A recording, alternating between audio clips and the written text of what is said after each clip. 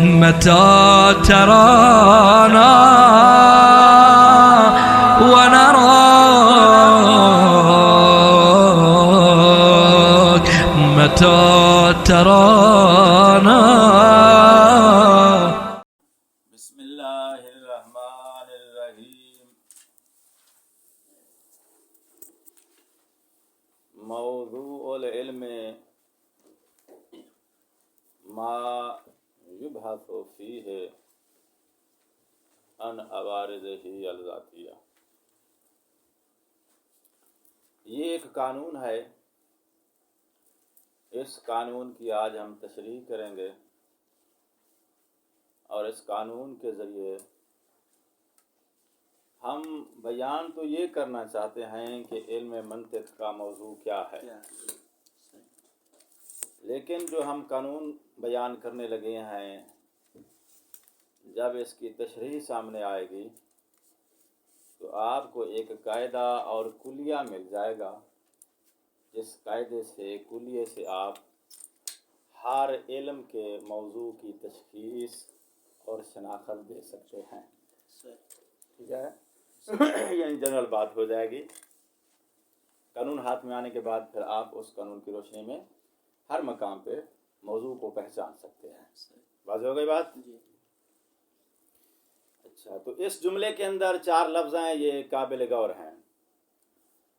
موضوع العلم ما یبحث فیہ عن عوارضہ الذاتیہ. موضوع علم، بحث، عوارض ذاتیہ.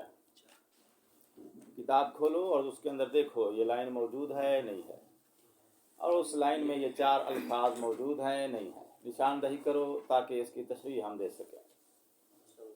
موضوع العلم، موضوع علم 2 ہو گئے. یبحث فیہ بحث آ گیا، ان عوارضہ الذاتیہ عوارض ذاتیہ. 4 لفظ آ گئے اس لائن کے اندر. اس تشریح کے لیے ایک تمہید کی ضرورت ہے، اور وہ تمہید یہ ہے. فقہ کے اندر یہ مثال بیان کی جاتی ہے: الخمر حرام اجلکم اللہ. یہ جملہ یا یہ مثال کہاں آتی ہے؟ فقہ میں. یہ مثال میں بطور تمہید لے رہا ہوں. اس کا موضوع اور محمول معین کرو. الخمر موضوع ہے، حرام محمول ہے. موضوع محمول 2 سمجھ میں آ گئے؟ اچھا، الخمر جو کہ موضوع ہے، موضوع کے اندر ہمیشہ 2 چیزیں ہوتی ہیں. کتنی ہوتی ہیں؟ 2 چیزیں. نمبر 1، موضوع کا مفہوم اور معنی جس کا تعلق عالم ذہن سے ہوتا ہے. معنی اور مفہوم، اور معنی اور مفہوم کا تعلق کس سے ہوتا ہے؟ عالم ذہن سے. دوسری چیز موضوع کے اندر ہوتی ہے اس کا خارجی مصداق، خارج میں جس پہ آ کے وہ صادق آتا ہے. ٹھیک ہے؟ جیسے لفظ انسان کا ذہن میں ایک مفہوم ہے، خارج میں اس کا مصداق. زائد انسان کا مفہوم نہیں، زائد انسان کا مصداق ہوتا ہے. مصداق غالباً خارج میں ہوتا ہے، اس مشاہدات کی دنیا میں اس کا تعلق ہوتا ہے، یا یہاں موجود ہوتا ہے. وجود اس کا کہاں ہوتا ہے؟ خارج میں. اور مفہوم کا تعلق کس کے ساتھ ہوتا ہے؟ ہمیشہ عالم ذہن سے. تو مفہوم اور مصداق یہ 2 الگ الگ چیزیں ہیں، ایک نہیں ہے. مفہوم اور چیز ہے، اس کا تعلق ذہن سے ہوتا ہے. مصداق اور چیز ہے، اس کا تعلق خارج کے ساتھ ہے. واضح ہو رہی ہے بات؟ اچھا، تو موضوع کے اندر کتنی چیزیں ہیں؟ 2. ایک اس کا معنی اور مفہوم جو ذہن میں ہے. دوسری چیز کیا ہے؟ مصداق کہاں ہوتا ہے؟ احسنتم. یہ جو حکم لگایا جاتا ہے یا محمول کا اسناد دیا جاتا ہے نا موضوع کی طرف، الخمر حرام، حرام محمول ہے نا، اس محمول کا آپ نے اسناد دیا ہے، حرمت کا آپ نے حکم لگایا ہے، موضوع کی کس چیز پہ لگایا ہے؟ اس کے مفہوم پر یا خارجی مصداق پر؟ زندہ باد۔ اس کا خارج میں جو مصداق ہے، یہ محمول، اس کا اسناد، اس کا حکم پلٹ کے موضوع کے خارج میں جو اس کا مصداق ہے اس کی طرف جا رہا ہے۔ اتنی بات کلیئر ہو گئی؟ تصویر مکمل ہے جو میں اب نشاندہی کرنے لگا ہوں۔ کبھی تو موضوع کے معنی اور مفہوم میں بحث ہوتی ہے کہ اس کا معنی اور مفہوم ہے کیا، معنی میں بحث ہوتی ہے یا نہیں ہوتی؟ مفہوم میں بحث کرتے ہو نہیں کرتے ہو کہ اس کا معنی مفہوم کیا ہے اس لفظ کا؟ پہلے تو اس کا معنی تو سمجھاؤ یار، اس کا معنی تو بتلاؤ، معنی کیا ہے؟ سمجھاؤ تو صحیح اس لفظ سے مراد کیا ہے؟ مراد یعنی مفہوم، معنی۔ تو کبھی معنی اور مفہوم جو ہے وہ محل بحث ہوتا ہے، اور کبھی موضوع کا خارجی مصداق محل بحث ہوتا ہے۔ بھئی یہ جو برتن میں ایک مایا چیز پڑی ہوئی ہے، یہ کیا چیز ہے؟ شراب ہے بھی یا کوئی اور عصیر ہے، کوئی جوس ہے، کوئی اور چیز ہے؟ پہلے یہ بتاؤ تو صحیح یہ ہے کیا شے؟ ٹھیک ہے، تو کبھی بحث کس میں ہوتی ہے؟ خارجی مصداق میں، کہ یہ اسی کا مصداق ہے یا کوئی اور چیز ہے۔ اور کبھی بحث کہاں ہوتی ہے؟ معنی اور مفہوم میں، کہ اس لفظ کا معنی اور مفہوم ٹھیک ہو گئی بات؟ یہ دو مقام الگ الگ ذہن میں آ گئے؟ اچھا رک جاؤ۔ معنی اور مفہوم کے متعلق، کس کے معنی اور مفہوم کے متعلق؟ موضوع کے۔ دھیان دو نا، موضوع کے معنی اور مفہوم میں جب بحث کی جائے، اس بحث کو کہتے ہیں مبادیات تصوریہ۔ یہ بحث کیا ہوتی ہے؟ مبادیات تصوریہ اس کا مشہور نام ہے، اور اس کو کہتے ہیں یہ تصوری بحث ہے۔ دوسری بحث کس میں ہے؟ موضوع کے خارجی مصداق میں۔ جب مصداق میں بحث ہوگی، اس بحث کو کہتے ہیں مبادیات تصدیقیہ۔ واضح ہو گئی بات؟ موضوع کے اندر دو مقام تھے، دونوں کلیئر ہو گئے۔ قضیہ کے اندر ٹوٹل دو چیزیں تھیں، موضوع محمول۔ موضوع کے دونوں مقام کلیئر ہو گئے، آؤ منتقل ہو جاؤ کس میں؟ محمول میں آ جاؤ۔ احسن۔ محمول کے اندر دو قسم کی بحث ہوتی ہے۔ کتنی قسم کی بحث ہے؟ کوشش کر رہا ہوں تصویر آسان سے آسان بیان کروں۔ محمول کے اندر ایک تو سیم بحث وہی ہے جو موضوع کے اندر ہے، وہ کون سی؟ مفہوم والی۔ جس طرح لفظ کا ذہن میں، موضوع کا ذہن میں مفہوم ہوتا ہے، اسی طرح محمول کا بھی ذہن میں تصور، معنی، مفہوم ہوتا ہے۔ آپ سے کوئی پوچھ سکتا ہے بھائی آپ نے خمر پہ حرمت کا حکم لگایا ہے، پہلے بتائیں تو صحیح حرمت ہوتی کیا چیز ہے؟ تو آپ کو کیا کرنا ہوگا؟ حرمت کا معنی اور مفہوم سمجھانا ہوگا۔ ٹھیک ہے، تو اب اس مقام پہ حرمت کا آپ کو معنی اور مفہوم سمجھانا پڑ گیا ہے۔ تو اب یہ جو آپ سمجھا رہے ہیں، کیا چیز سمجھا رہے ہیں؟ محمول کے مفہوم اور معنی کو سمجھا رہے ہیں۔ تو ایک مقام محمول کے اندر بحث کا سیم وہی ہے جو موضوع والا ہے۔ دوسری بحث محمول کے اندر جو ہے، اب آپ کہیں گے پھر وہی مصداق والی آنی چاہیے۔ ذہن جا رہا ہے اس طرف یا نہیں جا رہا ہے؟ جو ذہین لوگ ہیں وہ جواب دیں یار۔ تو اب جو بحث کا ایک جو ہے وہ ہم نے ڈیزائن بنایا ہے، اس ڈیزائن سے اب لگتا یہی ہے کہ محمول کے اندر دوسری بحث پھر وہی مصداق کی آنی چاہیے جو موضوع کے اندر ہے، لیکن محمول کے اندر یہ بحث نہیں آئے گی۔ کیوں نہیں آئے گی؟ کیونکہ جو موضوع کا مصداق ہوتا ہے، محمول کا بیان ہی وہی مصداق ہوتا ہے۔ موضوع کا مصداق الگ، محمول کا مصداق الگ الگ ہو رہی ہے بات؟ تو محمول کا مصداق چونکہ الگ سے نہیں ہوتا ہے، تو اب یہ بحث محمول میں لشاری صاحب نہیں آئے گی۔ تب سوال پیدا ہوتا ہے پھر دوسری بحث محمول کے اندر کون سی ہے؟ جلیل عباس، یہ وہ بندہ ہے جس کے لیے اتنی محنت کر آیا ہوں، اور آج کا درس یہی ہے۔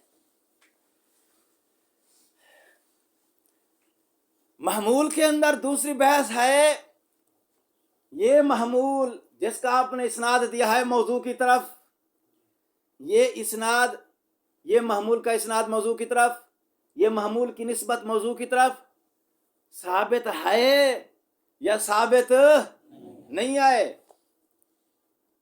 تو جو ہے تحقیق ثبوت و نسبت المحمول الی الموضوع، آپ نے جو محمول کی نسبت دی ہے موضوع کی طرف، آپ نے اس نسبت کی تحقیق دینی ہے کہ واقعا یہ نسبت ثابت ہے اس موضوع کے لیے یا ثابت واضح ہو رہی ہے بات یا نہیں ہو رہی؟ اچھا،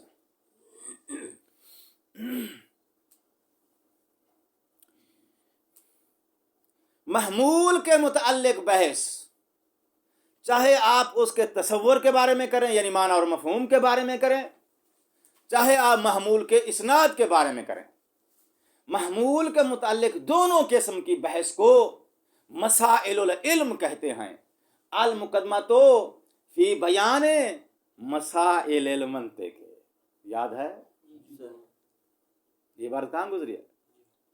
المقدمۃ فی بیان مسائل العلم، یہ مقدمہ جو ہے ہم منطق کے مسائل کو بیان کرنے کے لیے، اچھا، یا المنطق الجزء الاول فی مسائل المنطق، ابتدا میں یہ درس گزر چکا ہے۔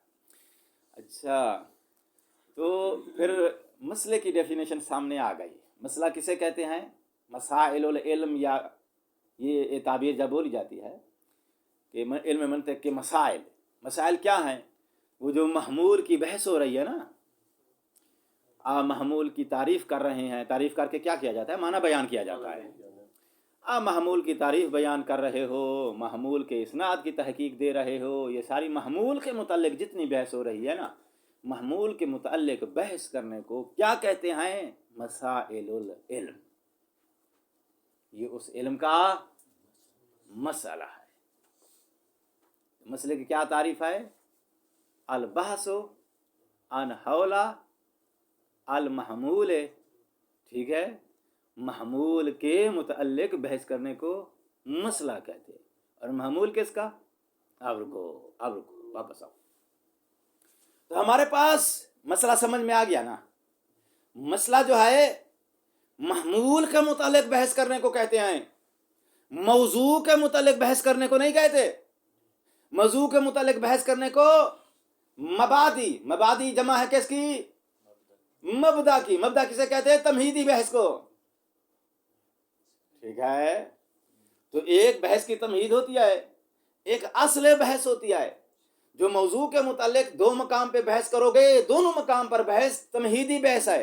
فرق صرف یہ ہے کہ ایک بار آپ نے تمہیدی بحث مقام تصور میں کیا ہے، ایک بار بحث آپ نے مقام تصدیق میں کیا ہے، مگر دونوں مقام پر وہ بحث تمہیدی ہے۔ تمہیدی بحث کو مبادیات کہا جاتا ہے۔ تو اصل بحث جو ہے وہ محمول کی ہے۔ محمول کی بحث کو کیا کہتے ہیں؟ مسائل کی بحث۔ مسائل، یہی بحث خود مسائل ہے۔ اچھا، اتنی بات تصویر واضح ہو گئی نا؟ موضوع اور محمول دو الگ الگ چیزیں سمجھ آ گئی نا؟ اب آ جاؤ مسئلے کا موضوع۔ تو جو ہے مسئلے کا موضوع، جو مسئلے کا موضوع ہوتا ہے وہی علم کا موضوع ہوتا ہے۔ مسئلے کا موضوع کیا ہے ہمارے والی مثال میں؟ یہ جو میں نے مثال دیا ابھی، الخمر حرام، مسئلے کا موضوع کیا ہے؟ الخمر ایک مسئلہ ہے، ایک مسئلے کا موضوع ہے۔ حرمت کی بحث یہ مسئلہ ہے، خمر اس مسئلے کا موضوع ہے۔ ابھی فرق دے چکا ہوں یار، اتنے بچے نہیں ہیں میرے سامنے بیٹھے ہوئے لوگ۔ ہاں جی، الخمر حرام، حرام ہے محمول۔ اس محمول کی بحث کو کیا کہتے ہیں؟ مسئلہ۔ مسئلے کا موضوع کیا ہے؟ الخمر۔ جو مسئلے کا موضوع ہوتا ہے، قانون دے رہا ہوں، جو مسئلے کا موضوع ہوتا ہے وہی اس علم کا موضوع ہوتا ہے. تو یہاں سے آئندہ ہم اس قانون کی روشنی میں تشخیص دیں گے علم منطق کا موضوع کیا ہے، فقہ کا موضوع کیا ہے، میتھ کا موضوع کیا ہے، فلسفے کا موضوع کیا ہے. ہم دیکھیں گے اس علم کے اندر موضوع کیا ہے، محمول کیا ہے. محمول پہلے دیکھیں گے، محمول کیا ہے جس کے متعلق بحث ہو رہی ہے. پھر جب ہی ہم اس محمول کی، کیونکہ بحث میں تو ڈائریکٹ محمول سے بحث شروع کرتے ہیں نا. جب مسائل میں آپ جائیں گے نا، جب انسان مسائل میں داخل ہوتا ہے تو وہاں بحث کہاں سے شروع ہوتی ہے؟ شروع ہی محمول سے ہوتی ہے. وہ بحث موضوع سے شروع نہیں ہوتی. موضوع پچھلے سٹاپ پہ پیچھے رہ جاتا ہے. ٹھیک ہے؟ کیوں؟ اس لیے کہ مسائل نام ہے کس کا؟ محمول کے متعلق بحث کرنے کا نام کیا ہے؟ مسائل. جب مسائل نام ہے محمول کے متعلق بحث کرنے کا، تو پھر مسائل میں جب آپ داخل ہوں گے، کسی بھی علم کی بحث میں جب آپ داخل ہوں گے، تو کہاں سے داخل ہوں گے؟ محمول سے داخل ہوں گے. تو اب آپ نے دیکھنا یہ ہے کہ اس بحث کے اندر جس شے کے متعلق بحث ہو رہی ہے یہ ہو جائے گی محمول. تو پھر دیکھنا ہوگا اب یہ محمول کس شے کا معمول ہے، اس محمول کا موضوع کیا ہے. جو جب اس محمول کو موضوع کی طرف پلٹائیں گے موضوع سمجھ میں آ جائے گا. تو ایک قضیے کا موضوع سمجھ آنا آسان ہے. جب قضیے کا موضوع سمجھ میں آ جائے گا تو پھر جو قضیے کا موضوع ہے سیم وہی اس پورے علم کا موضوع ہے.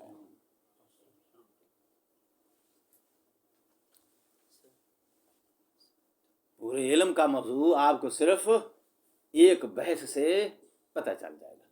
کتاب کھولو، کوئی ایک بحث دیکھو، اس ایک بحث میں آپ نے کیا دیکھنا ہے؟ یہ بحث کس کے بارے میں ہو رہی ہے. جس کے بارے میں ہو رہی ہے اس کو آپ محمول بنا دو. آپ دیکھو کہ محمول ہے کس کا. موضوع تک پہنچ جاؤ گے نا. جب موضوع تک پہنچ جاؤ گے تو اب وہی چیز کیا کہلائے گی؟ اس مسئلے کا موضوع. جو مسئلے کا موضوع ہوتا ہے وہی علم کا موضوع ہوتا ہے. اب میں تصویر جو ہے وہ تطبیق دینے لگا ہوں، کمپلیٹ کرنے لگا ہوں بات کو. موضوع العلم، علم کا موضوع ما وہ چیز ہوتی ہے یبحث فیہ، اس علم کے اندر بحث کی جاتی ہے.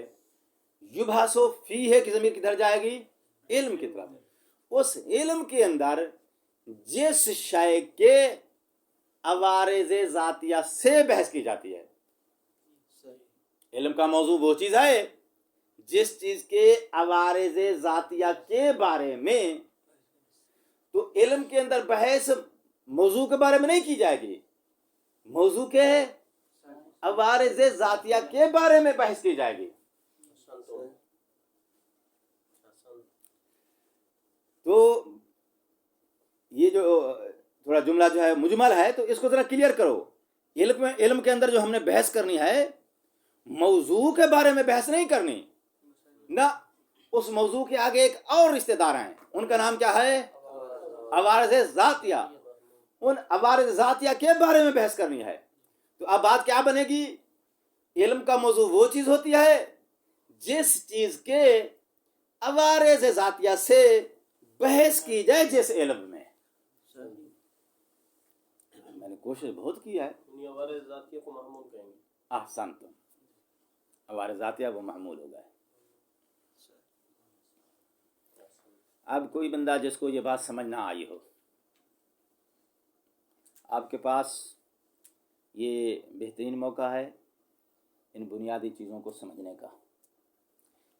آگے بڑھنے کے بعد ہو سکتا ہے آپ کو فرصت نہ ملے اور ہم کو توفیق نہ ہو. بات ایسے رہ جائے گی مجمل، اور مجمل بحث جو ہے پھر آخر تک آپ کو جو ہے وہ جب بھی ضرورت پیش آئے گی پریشان کرتی رہے گی. تو بہتر حال یہی ہے کہ آپ اگلے مرحلے کی طرف منتقل ہونے سے پہلے مستقبل میں کام آنے والی چیزوں کو پہلے سے ہی یہاں کلیئر کر لیں. سمجھ آئی ہے بات؟ تو آگے بڑھیں گے ورنہ نہیں بڑھوں گا. سمجھا نہیں؟ اچھا ریپیٹ کیا جائے. آپ سب کہتے ہیں ایک بار دوبارہ دوہرا دیا جائے. جن کو سمجھ آ گئی ہے ان سے معذرت کے ساتھ، کیونکہ ان لوگوں کا وقت جو ہے پھر میں دوبارہ لے رہا ہوں. تو ہمارے پاس ایک ہے علم، اس علم کے اندر بحث کی جائے گی. اچھا، کس کے متعلق بحث کی جائے گی؟ عوارض ذاتیہ کے متعلق بحث کی جائے گی. جب یہ عوارض ہیں تو پھر عوارض کو ایک معروض چاہیے. تو اس کا مطلب ہے ایک علم ہے، اس علم کے اندر کچھ عوارضات ہیں جن عوارضات کے متعلق بحث کر رہے ہو، اور عوارضات بغیر معروض کے نہیں ہوتے. جب آپ نے دیکھ لیا کہ یہ عوارضات ہیں جن کے متعلق بحث ہو رہی ہے، تو عوارضات معروض کے بغیر نہیں ہوتے، تو معروض کے تک پہنچیں گے آپ. ان عوارض کے ذریعے آپ پہنچیں گے ان کے معروض تک. تو وہ جو معروض ہوتا ہے وہ ہوتا ہے اسی مسئلے کا موضوع. جو مسئلے کا موضوع ہوتا ہے وہی اس علم کا موضوع قرار پاتا ہے. ٹھیک ہے، اب آ جاؤ منطق پہ اس کی تطبیق دینے لگے ہیں. منطق کا موضوع ہے معرف اور حجت. ٹھیک ہے، منطق کا موضوع کیا ہے؟ معرف اور حجت. آپ کو کیسے پتہ چلا ہے بھائی؟ اسی قانون سے. ہم نے منطق کی بحث کھولی، دلالت کی بحث کھولی، مفرد مرکب کی بحث کھولی. کون سی؟ کلیات خمسہ کی بحث. کون سی بحث کھولی؟ نصاب اربع کی بحث. ٹھیک ہے، کہاں سے شروع ہے بحث منطق کی؟ دلالت سے. دلالت یہ کس کے متعلق بحث ہو رہی ہے؟ تو جو فرمائیے گا، معرف کے حالات سے بحث ہو رہی ہے. معرف کے حالات سے بحث ہو رہی ہے. معرف کی دلالت کبھی اپنے معرف پر مطابقی ہوتی ہے، کبھی التزامی ہوتی ہے. معرف کبھی مفرد ہوتا ہے، کبھی مرکب ہوتا ہے. معرف جنس ہوتا ہے، فاصل ہوتا ہے، الی آخر ہی باقی کلیات خمسہ. معرف کی معرف کے ساتھ نسبت فلاں ہوتی ہے، فلاں ہوتی ہے.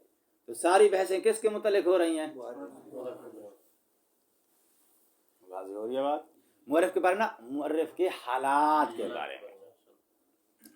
تو معرف ہو جائے گا موضوع. یہ چیزیں جو ہیں یہ معرف کے حالات سے وابستہ ہیں. تو پھر کیا ہو جائے گی بحث؟ معرف کے عوارض ذاتیہ سے بحث ہو رہی ہے. جب معرف کے عوارض ذاتیہ سے، تو یہی یعنی دال بالمطابقت یہ عارض ذاتی ہے معرف کا. جنس ہونا، نوع ہونا، فصل ہونا، مفرد ہونا، مرکب ہونا، یہ کیا ہیں؟ سارے عوارض ذاتیہ ہیں. کس کے؟ معرف کے. تو اب آپ بحث کر رہے ہیں دلالت کے متعلق. پھر میں ریپیٹ کرنے لگا ہوں تصویر کو. ایک ہے معرف، ایک ہے دلالت. دلالت کیا ہے؟ معرف کو آپ موضوع بناؤ گے نا، اب اسی مثال الخمر حرمت والی مثال کے مطابق. المعرف دال بالمطابقت ہے، تو دال کیا ہو جائے گا؟ معرف موضوع ہو جائے گا، دال اس کا محمول ہو جائے گا. تو آپ دال کے بارے میں بحث کر رہے ہیں کہ دلالت جو ہے کبھی تضمنی ہوتی ہے، کبھی مطابقی ہوتی ہے، کبھی التزامی ہوتی ہے. المعرف اما مفرد اما مرکب. مفرد مرکب کیا ہو گیا؟ محمول. موضوع کیا ہو گیا؟ معرف. تو مفرد مرکب کی بحث کر رہے ہو کس سے؟ معرف کے عوارض ذاتیہ سے، یعنی اس کے محمول سے. المعرف اما جنس و اما فاصل و الی آخر. ٹھیک ہے، تو کلیات خمسہ کی بحث جو ہے کس کے متعلق کر رہے ہو؟ معرف کے عوارض. المعرف اما مساویون اما اخص اما عام وغیرہ. نسب اربع کی بحث کس سے کر رہے ہو؟ معرف کے. تو یہ جتنی بحثیں ہیں نا، آپ یوں سمجھو کہ دلالت، مفرد مرکب، کلیات خمسہ، نسب الی آخر، یہ ساری ابحاث کیا ہیں؟ لفظ معرف کی عوارض ذاتیہ ہیں. اور ان کے متعلق ہم جو بحث کر رہے ہیں وہ محمول کے متعلق بحث ہے. تو وہ بحث کیا کہلائے گی؟ مسئلہ، مسائل. محمول کے متعلق بحث کیا کہلائے گی؟ مسائل. اور یہ سارے جتنی ہم نے گنتی دی ہے، دلالت، مفرد مرکب الی آخری، یہ سارے کیا ہیں؟ محمولات ہیں. کس کے محمولات ہیں؟ لفظ معرف کی. تو منطق کے اندر ہم نے دیکھا معرف نام کی ایک چیز ہے، اس کے عوارض ذاتیہ کے متعلق بحث ہو رہی ہے. تو پھر علم کے اندر جس چیز کے عوارض سے بحث کی جائے علم کے اندر جس چیز کے عوارض سے بحث کی جائے وہی چیز اسی علم کا موضوع ہوتی ہے. تو آپ یوں بھی کہہ سکتے ہیں جو مسئلے کا موضوع ہوتا ہے وہی اس علم کا موضوع ہوتا ہے. اب دوبارہ نہیں کہنا کہ ریپیٹ کرو، کہ اس سے زیادہ آسان تو صرف پھر سستانی صاحب آپ ہی کر سکتے ہیں. کتاب لگا موضوع المنطق قولہ، مصنف کا قول، و موضوعہ، او کی ضمیر کا مرجع شارح نے نکالا ہے.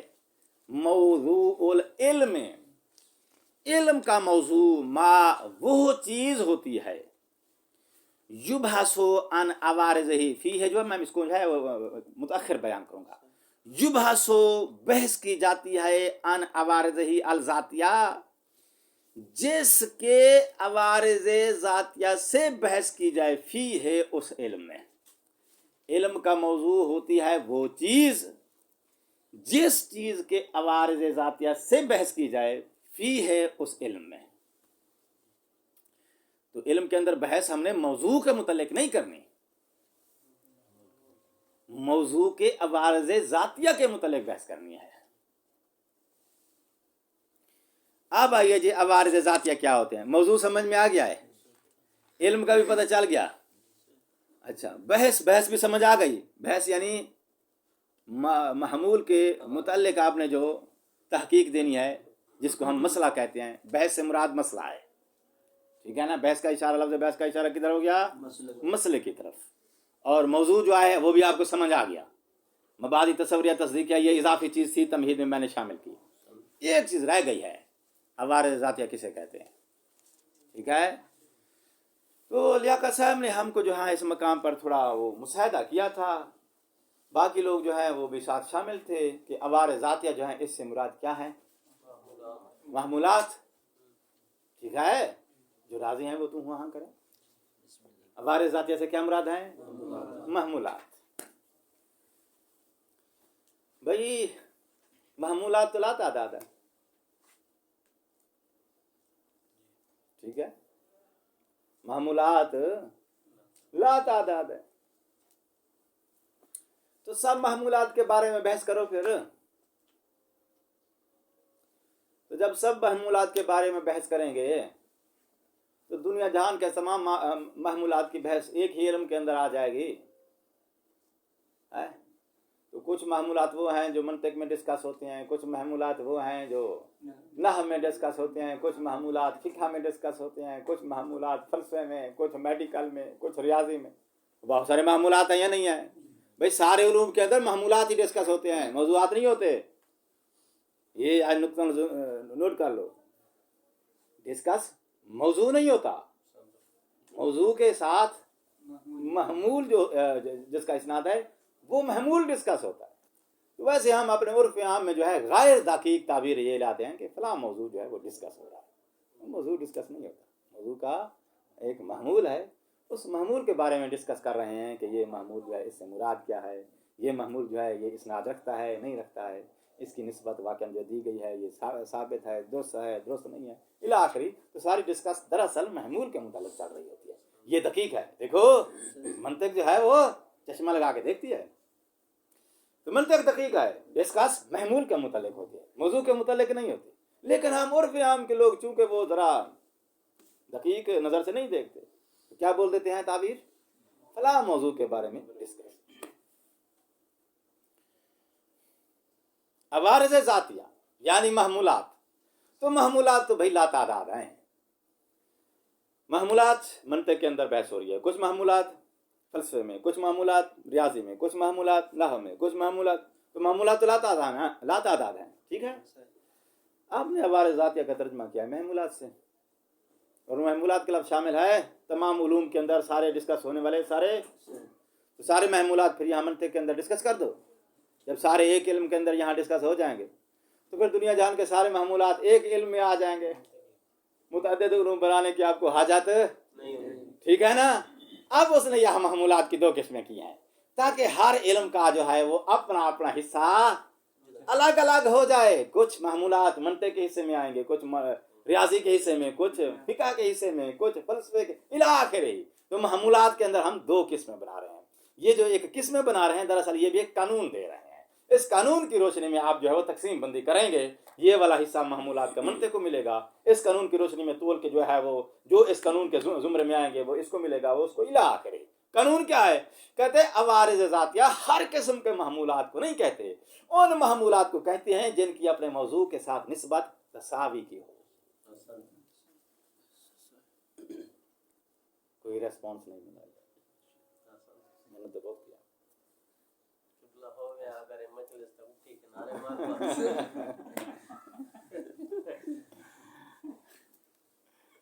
یہ ایسے ایز اے تفریح آپ کو تھوڑا سا جو ہے وہ میں آپ کی بوریت دور کرنے کے لیے آپ کو ایسے کہتا رہتا ہوں. مقصد یہ ہے کہ آپ لوگوں کا دھیان جو ہے وہ میں لے سکوں. آپ کے دھیان کے بغیر یہ میری ساری محنت ضائع ہے. اور طالب علم جو ہے وہ تھوڑا سا دھیان اس کا ادھر ادھر ہو جائے تو اس کا اپنا بھی نقصان، مجھے پھر رپیٹ کرنا پڑے. اور آپ میری قوم کا سرمایہ ہیں. ہم اپنی زندگی کا جو ہے وہ قیمتی حصہ گزار چکے ہیں. اب ہم یہ نہیں کہہ سکتے ہم اپنی قوم کا مستقبل ہیں. ہم اپنی قوم کا ماضی ہیں، آپ مستقبل ہیں. اور مستقبل جب ماضی سے متصل ہو تو پھر خوبصورت ہوتا ہے. تو ہم آپ کو جو ہے وہ ایک خوبصورت مستقبل کی صورت میں دیکھنا چاہتے ہیں. اس کے علاوہ اور کوئی غایت نہیں ہے، کوئی مقصد نہیں ہے. چار لفظ جو ہے ہم آپ کو جو ہے سمجھا سکیں گے تو اسی کا ہی اجر ملے گا، ورنہ ہمارے یہ لفظ ہواؤں کی نظر ہو جائیں گے. تو میں یہ نہیں چاہتا کہ ہمارے الفاظ جو ہیں وہ ہوا کی دوش پہ رکھے ہوئے چراغ بن جائیں. ٹھیک ہے وسیم؟ کہاں تھے؟ عوارض ہر معمول کو جس کی نسبت اپنے موضوع کے ساتھ، اس قاعدے کو اپلائی کرو گے، ٹھیک ہے، اور ہر علم کے آپ اندر چلے جائیں گے. منطق میں یہاں جو محمولات اس کے موضوع کے ساتھ تساوی رکھتے ہیں وہ ادھر لے لیں گے، باقی دوسرے علم کے لیے چھوڑ دیں گے. پھر ان جتنے محمولات آپ نے اسٹاک رکھا ہوا نا اسی قانون پہ آپ تولتے جاؤ گے. جس کی نسبت تساوی کی ہے اپنے موضوع کے ساتھ وہ آپ اس موضوع کو حوالے کرتے جائیں گے. وہ ہاں کذا سارے علوم اپنے اپنے حصے کے محمولات لے لیں گے. تقسیم ہو جائے گی نا. واپس آؤ. ان عوارض ہی الذاتیہ، عوارض ذاتیہ سے بحث کی جائے. اچھا عوارض ذاتیہ کیا ہوتے ہیں؟ آپ نے ابھی عوارض ذاتیہ کی وضاحت سن لی ہے، لیکن وہ تھوڑا اصطلاحی الفاظ کے ساتھ آپ کو جو ہے وہ بات سمجھانا چاہتا ہے مصنف. والعرض الذاتیہ، عرض ذاتی اس محمول کو کہتے ہیں یا عرض الشیء جو اپنے موضوع کو عارض ہوتا ہے، اما یا تو اولاً و بالذات، اولاً کا مطلب ہے بلا واسطہ، اور بالذات کا مطلب ہے موضوع کی ذات تقاضا کرے اس محمول کے عارض ہونے کا. ٹھیک ہے جی، ایسا ہوتا ہے. کبھی موضوع کی ذات تقاضا کرتی ہے کہ یہ محمول اسے عارض ہونا چاہیے، کبھی موضوع کی ذات تقاضا نہیں کرتی. تو پھر کیا چیز تقاضا کرتی ہے؟ موضوع کی صفت. کبھی موضوع کی ذات تقاضا کرتی ہے کہ یہ محمول عارض ہونا چاہیے، کبھی اس موضوع کی صفت تقاضا کرتی ہے. جب صفت تقاضا کرے گی تو صفت واسطہ بن جائے گی عارض اور معروض کے درمیان. جب واسطہ بن جائے گی تو پھر وہ اولاً و بذات. احسنتم، کیا بات ہے یار. اما اولاً کا ترجمہ کیا ہے؟ و بالذات، موضوع کی ذات تقاضا کرے یہ محمول عارض ہونا چاہیے. کیا مثال دیا اس نے؟ التعجب علی اللاحق للانسان، انسان کی ذات تقاضا کرتی ہے تعجب اس کو عارض ہونا چاہیے. اور کوئی مثال دو یار. الانسان عالم، الانسان ناطق، الانسان عاقل. بہت ساری چیزیں ہیں جو انسان کی ذات تقاضا کرتی ہے، اس کی ذات کو یہ ڈائریکٹلی عارض ہوتی ہیں. تو ذات انسان کی ذات کو ڈائریکٹلی جو عارض ہوتی ہیں وہ کیا ہیں؟ وہ محمولات ہیں جو اولاً و بالذات عارض ہو رہے ہیں. من حیث انہو انسان، یہ جو عارض ہوتا ہے تعجب انسان کو، من حیث انہو انسان، ایز انسان اس کو عارض ہوتا ہے. یہ من حیث انہو انسان سے کیا مطلب ہے؟ یعنی انسان کے اندر کسی صفت کے ہونے کی وجہ سے یہ عارض نہیں ہو رہا، ڈائریکٹلی اس کے انسان ہونے کا تقاضا ہے کہ یہ صفت عارض ہونی چاہیے. یہ جو من حیث انہ انسان ہے، یہ اشارہ ہے کس کی طرف؟ صفت کی نفی کی طرف، کہ بھئی صفت کے ہونے کی وجہ سے نہیں ہے، یہ جو عارض ہو رہا ہے کسی صفت کی وجہ سے نہیں، من حیث انہ انسان، اس کے اپنے انسان ہونے کی وجہ سے. اللہ تعالیٰ کی عبادت واجب ہے، ٹھیک ہے نا؟ یا کا نعبد، ہم تیری ہی عبادت کرتے ہیں. اچھا، تو العبادت خاص للہ، عبادت اللہ کے لیے خاص ہے، اللہ کے علاوہ کسی کی عبادت، ٹھیک ہو گئی بات؟ اچھا، اللہ تعالیٰ کی جو عبادت خاص ہے، اس کے لیے عبادت کرنا خاص ہے، اس لیے اس کی عبادت کرنا واجب ہے چونکہ وہ ہمارا خالق ہے، چونکہ ہمیں وہ روٹی دیتا ہے. اس کی ذات تقاضا کرتی ہے کہ اس کی عبادت کی جائے. اگر درمیان میں صفت لیا ہوگے تو پھر واسطہ آ جائے گا. خالق ہونے کی وجہ سے وہ معبود ہے، رازق ہونے کی وجہ سے وہ معبود ہے. نا معبود ہونا یہ جو اس کا حق ہے، اس کا تقاضا اس کی اپنی کیوں؟ اس لیے کہ وہ ذات مستجمع لجمیع صفات الکمال ہے، اس کے اندر ہر کمال ہے، کمال تقاضا کرتا ہے اس کو جھکا جائے. اچھا، اما یہاں پہ بھی کہیں گے کہ انسان کی ذات سے مراد انسان کی طبیعت اور فطرت ہے. ویسے آگے کلیات خمسہ کی بحث جب آئے گی پھر ہم انسان کی ذات بھی بیان کریں گے. ہاں، ویسے ہمارے عرف میں عام ذات سے مراد کاسٹ ہوتا ہے، منطق میں کاسٹ نہیں ہے. وَإِمَّا بِوَاسِطَةٍ کہاں ہے؟ امرن مساوین، یا وہ عارض جو ہے اس معروض کو، اس موضوع کو عارض ہوگا بے واسطہ، ایک واسطے کے تھرو. لیکن واسطے کی پھر ایک کنڈیشن ہے، شرط ہے. کیا؟ وہ واسطہ جو ہے ایک ایسی چیز ہونی چاہیے کہ مساوین لذالک، اس معروض کے ساتھ اس واسطے کی تساوی کی نسبت ہو. یا تو عارض ہونے والا ڈائریکٹلی مساوی ہو، یا اگر بالواسطہ عارض ہو رہا ہے تو پھر واسطہ مساوی ہو. لذالک الشیء، یہاں واسطہ مساوی جو ہے اس کے اندر دو واسطے ہیں، دو قسمیں ہیں.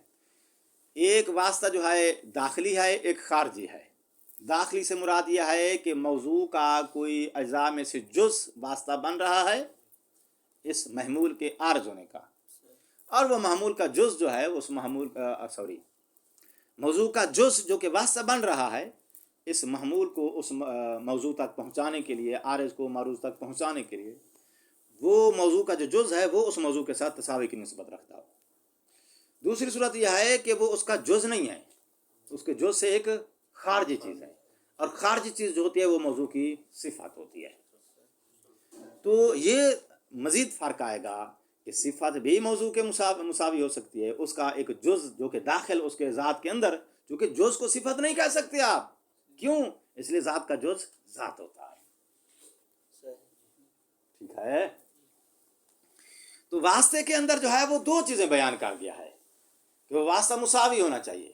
جو واسطہ مساوی ہوتا ہے وہ داخلی بھی ہو سکتا ہے، خارجی بھی ہو سکتا ہے. اور ہر دو صورت میں واسطہ مساوی کے ذریعے جب محمول عارض ہوگا تو یہ بھی عرض ذاتی کہلائے گا. تو دو ہوگا یہ، ایک ہو گیا وہ جو اولاً بالذات ہے.